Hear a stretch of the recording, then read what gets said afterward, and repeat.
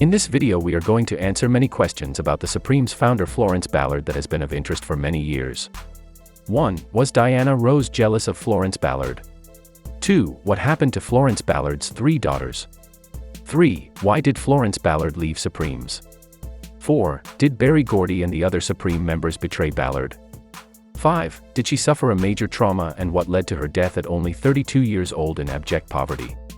She was famous in the 1960s as a member of the Supremes, a group which she started with childhood friends Mary Wilson and Diana Ross. So, if you're a Florence Ballard fan or simply curious about this legend, hit the like button and let's dive in. How was her early life alike? In the heart of a city forged in steel and songs, where dreams and despair danced in the shadows, there emerged a young girl whose voice would reverberate through the annals of history. Her name Florence Ballard. Born into the crucible of adversity on June 30, 1943, Florence knew the harsh realities of life all too well. In the labyrinth of the Brewster Douglas housing projects, she found solace in the melodies that echoed through the narrow streets. Amidst the chaos, music became Florence's refuge. From the soul-stirring hymns of the church choir to the lullabies of a city that never slept, her voice soared like a phoenix from the ashes of hardship. With dreams as vast as the horizon and a voice that could move mountains, Florence knew she was destined for greatness. And then, amidst the cacophony of life, fate intervened. In 1959, Florence crossed paths with 2 kindred spirits, Mary Wilson and Diana Ross.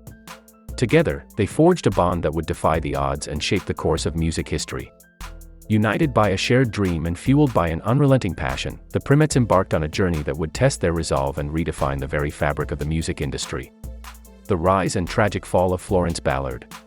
During their high school years, the girls came together to form the Primettes, lending their voices as background singers for Motown legends like Marvin Gaye. However, their own path to success was arduous, even after Berry Gordy signed them to a contract as the Supremes. It wasn't until they collaborated with the renowned songwriting and producing team, Holland Dozier Holland, that their fortunes shifted. Where Did Our Love Go? Soared to the top spot on the charts, reigning supreme for an astonishing 11 weeks. Following this breakthrough, a string of hits ensued, including chart toppers like Baby Love, Come See About Me, and You Keep Me Hangin' On. From the outset, Florence Ballard and Diana Ross vied for the spotlight as the group's lead vocalist. Otis Williams of The Temptations noted that Flo's voice possessed a profound emotional depth and a rich, gospel-inspired resonance that commanded attention. Conversely, Ross had a more delicate, high-pitched voice and a youthful charm. Despite Ballard's vocal prowess, Berry Gordy believed that Ross's appeal would resonate more strongly with white audiences. This difference in opinion fueled tensions between the 2 women, with the spirited Ballard growing increasingly resentful and contentious. Following a Supremes performance in Las Vegas, Gordy made the decision to replace Ballard with Cindy Birdsong, whom he had been grooming quietly. Consequently, the group would henceforth be known as Diana Ross and the Supremes. Ballard's later years were marred by legal battles with Motown, a label notorious for exploiting its artists, and the various attorneys she enlisted to represent her. She lost an $8 million lawsuit against Motown Records and was living on welfare when she died. Despite her efforts to launch a solo career, she faced setbacks and ultimately spiraled into a cycle of alcoholism and depression. In 1968, Ballard married Tommy Chapman, a former Motown chauffeur, and they had 3 children together.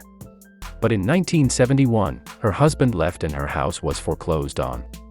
Tragically, Ballard, a mother of 3 young daughters, passed away in 1976 at the shockingly young age of 32, officially due to coronary artery thrombosis. At her funeral, attended by both Mary Wilson and Diana Ross, approximately 5,000 fans paid their respects. However, when Ross arrived and approached Ballard's family, she was met with disapproval from the crowd. Inside the church, Ross held Ballard's youngest daughter, Lisa, on her lap for a photograph, which circulated widely, becoming the enduring image of Florence Ballard's funeral for many around the world.